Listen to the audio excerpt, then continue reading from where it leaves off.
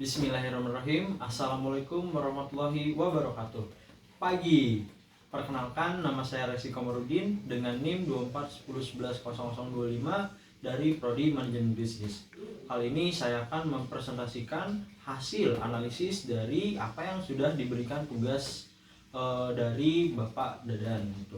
Nah, di sini saya mendapatkan emiten ACES atau AS Hardware Indonesia.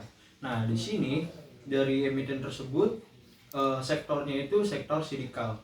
Nah, consumer silikal. Nah, di sini model bisnis utama dari perusahaan ACES atau biasa kita kenal brandingnya itu ASKO. Nah, itu perusahaan yang bergerak di bidang retail modern yang menjual berbagai produk kebutuhan rumah tangga dan juga gaya hidup dari kebutuhan banyak masyarakat. Nah, di sini untuk posisi perusahaan dalam industrinya, ACES ini bergerak di market leader sebagai market leader di segmen retail home environment. Nah, di sini jaringan yang sudah tersebar luas, apalagi kita kan banyak kenal nih kayak di setiap jalan, kayak contohnya saya kan dari Bekasi. Nah, itu dari sepanjang jalan saya dari rumah Bekasi sampai dengan Jakarta Selatan, Cilandak. Nah, di situ saya menemukan banyak toko-toko besar yaitu ASKO yang sudah mulai buka atau mulai dikenal banyak orang lagi gitu. Nah, ASKO ini juga dikenal mulai dari 2024. Nah, itu brandingnya semakin kuat banget tuh.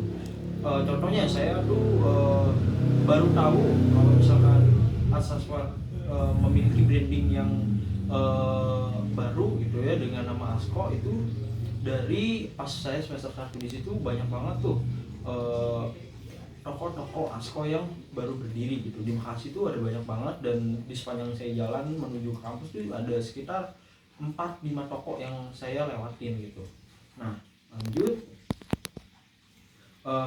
di sini untuk financial summary-nya selama 5 tahun terakhir saya bisa dapat menilai bahwasannya total revenue dari ACES ini mulai dari tahun 2020-nya itu mencapai 7,4 T, namun dapat penurunan di tahun 2021 karena ada pasca pandemi yaitu Covid ya, semuanya pada turun dan daya beli waktu itu belum terlalu kuat gitu dan banyak yang membeli produk-produk kebutuhan kayak nasi, beras dan lain-lain. Makanya ACES ini waktu tahun 2021 itu sempat mengalami penurunan gitu. Namun pada tahun 2022, 2023 dan 2024 emiten ACES ini dapat memulihkan keadaannya mulai dari kenaikan revenue-nya dari yang tadinya hancur dari 7,4 T turun menjadi 6,5 lalu naik lagi menjadi 6,7. Dari 6,7 bertumbuh lagi, growth lagi ke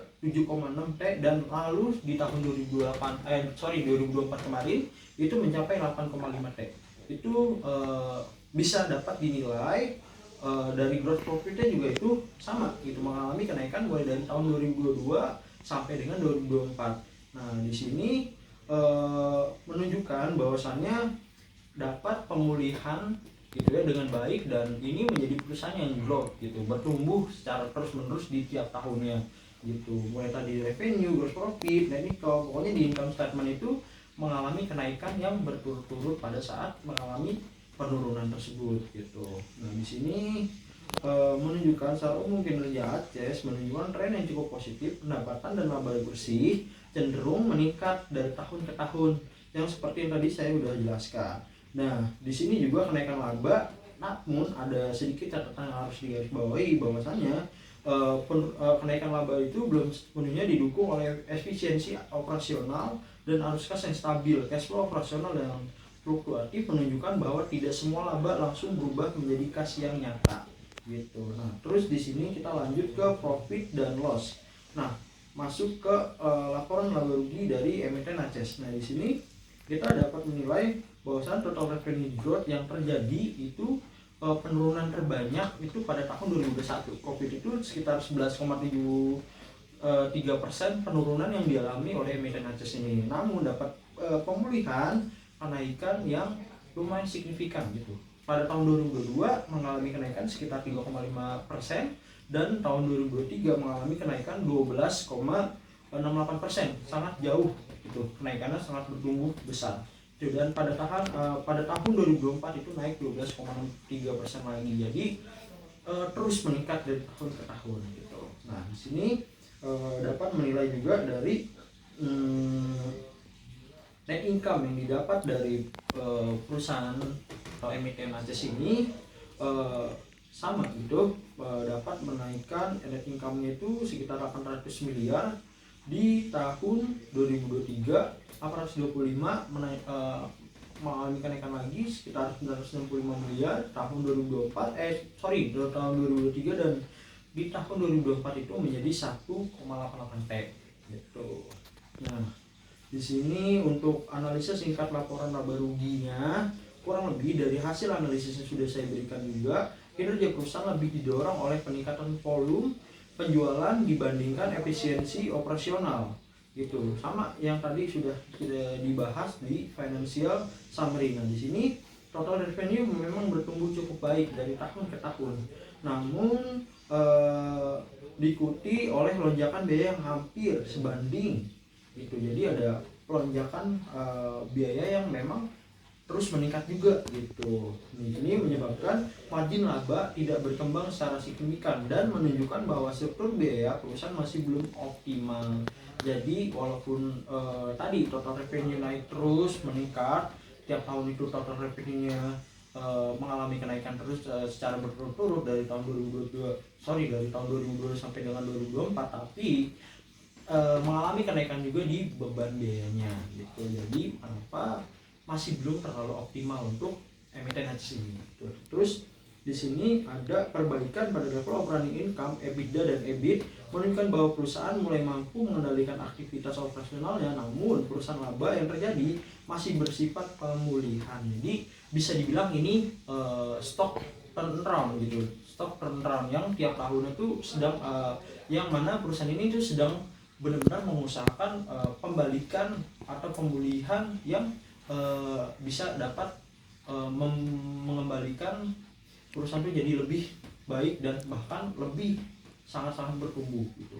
Terus kita masuk ke balance sheet. Di sini balance sheet-nya untuk total aset juga sama, mulai dari tadi 2020 itu kita 7,2 T, turun di tahun 2021 itu sekitar 7,1 T, lalu naik lagi ke 7,249 T, lalu naik lagi ke 7,7 T. Di sini lonjakannya lumayan tinggi dan naik di tahun 2024 sekitar 8,1 T, hampir 8,2 T gitu. Di sini dengan total liabilitas itu sekitar 2 T di tahun 2020, 2021 turun drastis sekitar 1,5 T, naik lagi tahun 2022 itu 1,3 T, 1,5 T, dan terakhir tahun 2024 itu 1,6 T.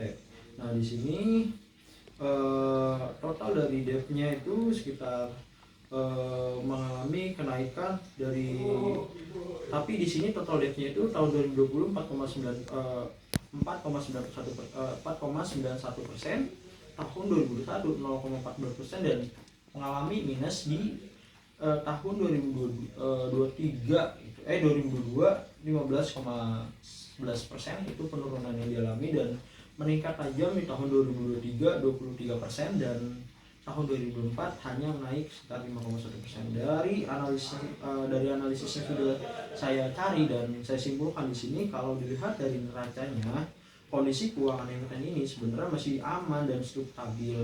Aset lancar, masih naik dan cukup buat nutup kewajiban utang-utang jangka pendek gitu. Nah di sini jadi secara likuiditas belum ada tanda bahaya, tapi perlu dicatat kas di 2024 malah turun, artinya uang banyak kepake entah buat operasional atau investasi atau bayar kewajiban. Tapi yang udah saya analisa di sini terjadi biaya operasional yang meningkat gitu. Jadi karena biaya operasional yang meningkat, maka di sini biaya kas turun gitu. Nah terus di sini belum bahaya banget, tapi jelas harus lebih rapi untuk ngatur cashnya. Total aset terus bertumbuh tiap tahun. Ini menunjukkan bahwa perusahaan sedang berjalan dan sedang bertumbuh untuk jadi lebih baik lagi dari sebelum-sebelumnya gitu. Dan dari sisi kewajiban, utang lancar dan total liabilitas memang naik, tapi lagi di 2 tahun terakhir level ini tuh masih wajar banget dan belum bikin struktur keuangan tuh goyah gitu. Jadi masih aman untuk utang-utang yang pendeknya, itu masih sangat aman dan masih sangat terhandle dengan rapi gitu.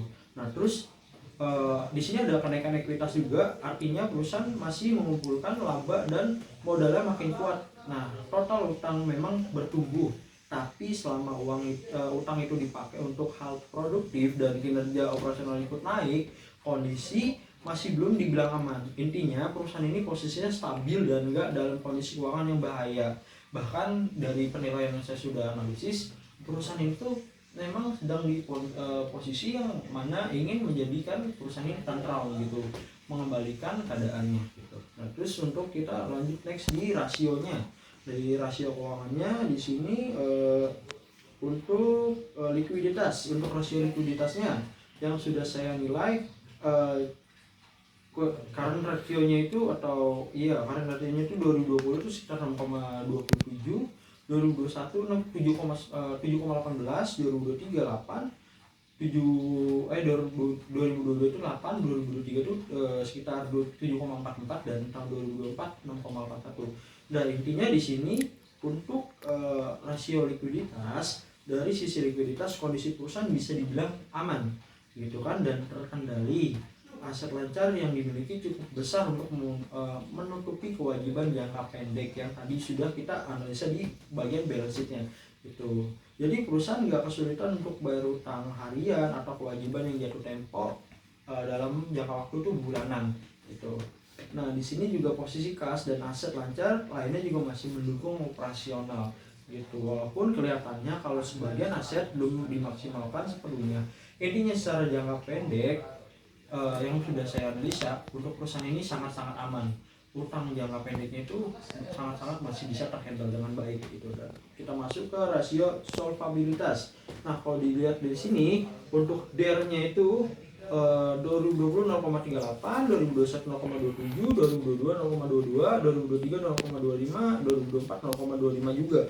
Jadi untuk darah juga sama 0,27, 2020, 2021 0,22, 2022 0,18, 2023 0,2 dan 2024 0,2 juga gitu.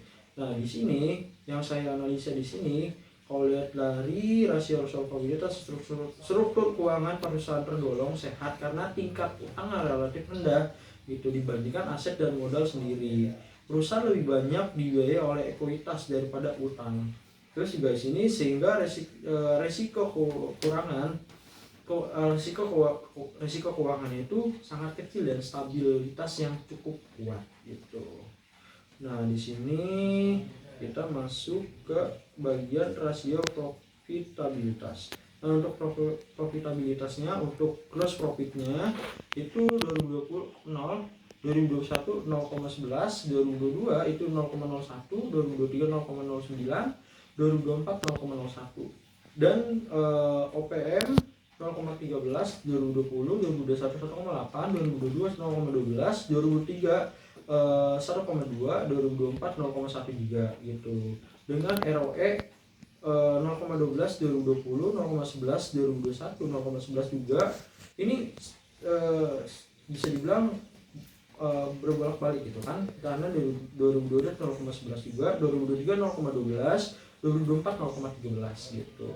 Dan ROE-nya sekitar ROA-nya itu sekitar 0,17, 0,15, 2021, 0,13, 2022, 0,15, 2023 dan 0,16 di tahun 2024. Yang saya analisa dan saya beri kesimpulan dari apa yang sudah saya analisis di sini, bahwasannya secara profitabilitas kinerja perusahaan tergolong cukup tapi masih belum maksimal gitu. Margin laba baik gross, operating maupun net terlihat fluktuatif dan cenderung tipis, yang menunjukkan kalau laba masih gampang kepotong biaya gitu. Artinya penjualan sangat ada dan lumayan banyak, tapi efisiensi belum kuat. Sementara itu ROA dan ROE relatif stabil gitu.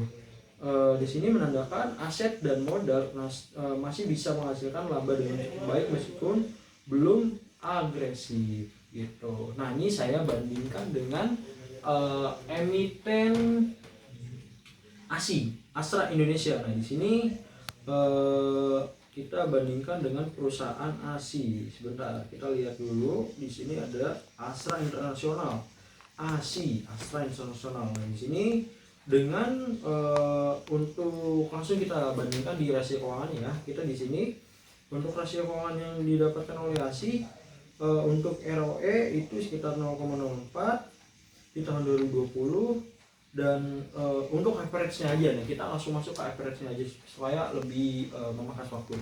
Nah, untuk ROE-nya, return on equity-nya di sini sekitar average-nya itu sekitar 11%.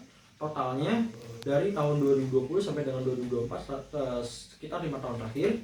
Nah, itu ROE-nya 11%, ROA-nya itu 6%, net profit margin-nya itu 10%.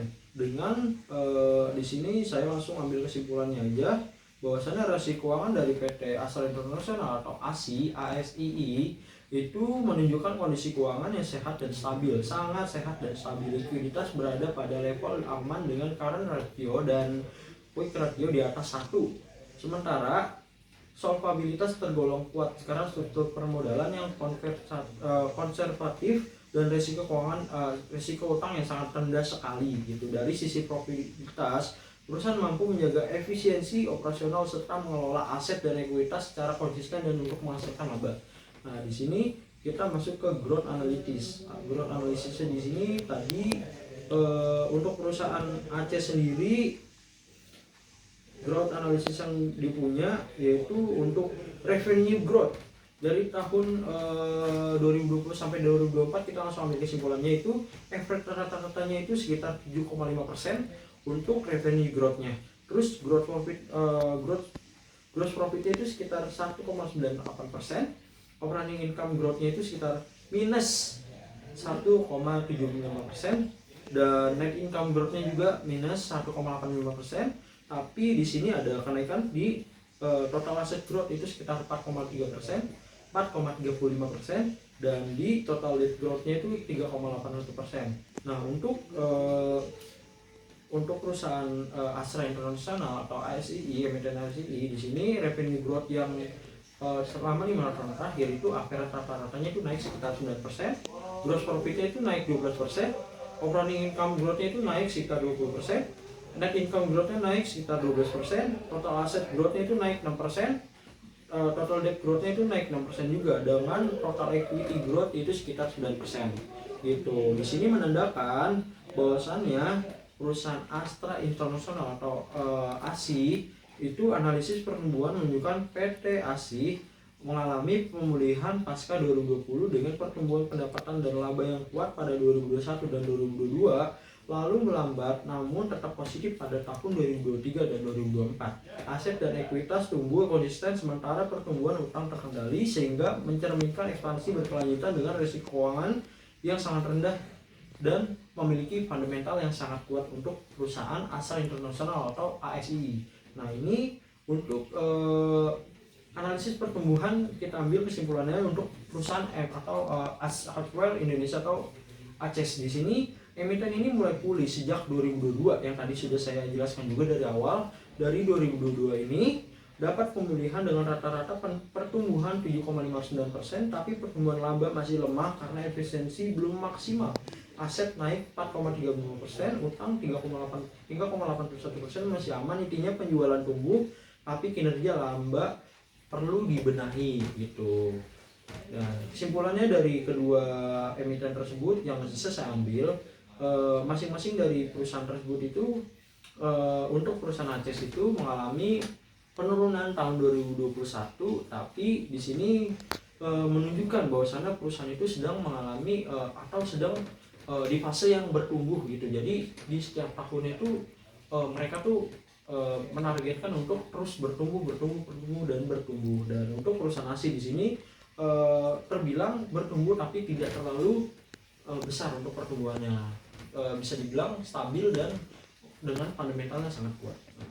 Kita masuk ke yang akhir, kesimpulan dan rekomendasi. Boleh kita langsung masuk ke kesimpulan dan rekomendasinya. Untuk kesimpulan dari perusahaan yang udah saya riset atau ACES di sini menunjukkan kinerja keuangan yang sehat, stabil dan bertumbuh secara berkelanjutan. Dalam 5 tahun terakhir pasca tekanan pandemi, ACES mampu memulihkan pendapatan laba secara konsisten didukung oleh peningkatan daya beli masyarakat, dan di sini ada kebutuhan produk home living, struktur keuangan perusahaan tergolong konservatif dengan tingkat utang yang sangat rendah, likuiditas yang kuat, serta pertumbuhan aset dan ekuitas yang stabil. Hal ini mencerminkan kemampuan manajemen untuk menjaga efisiensi operasional sekaligus memperkuat fundamental jangka panjang perusahaan. Rekomendasi yang bisa saya berikan yaitu berdasarkan dari fundamental yang sudah saya riset. Di sini ACES sangat layak untuk direkomendasi sebagai saham dengan profil defensif dan pertumbuhan moderat. Nah, ini cocok untuk kita atau banyak orang di luar sana yang memiliki style investing dengan umur yang panjang atau bisa dibilang dengan jangka panjang gitu, dengan menargetkan jangka yang sangat panjang untuk kedepannya. Karena kalau misalkan untuk jangka pendeknya, ACES ini masih sangat terbilang cukup butuh pertumbuhan yang lebih besar gitu, apalagi di sini dengan makroekonomi yang bisa kita ketahui dengan banyaknya pemangkasan suku bunga. Nah, di sini juga bisa sangat berpengaruh juga untuk jadi daya beli untuk perusahaan-perusahaan seperti ACES ini gitu. Jadi untuk kesimpulannya, ACES ini layak kumpulkan barangnya atau lembar sahamnya untuk orang-orang yang memang memiliki style investing jangka panjang gitu. Mungkin sekian dari apa yang udah saya presentasikan, kurang lebihnya mohon maaf. Terima kasih. Wassalamualaikum warahmatullahi wabarakatuh.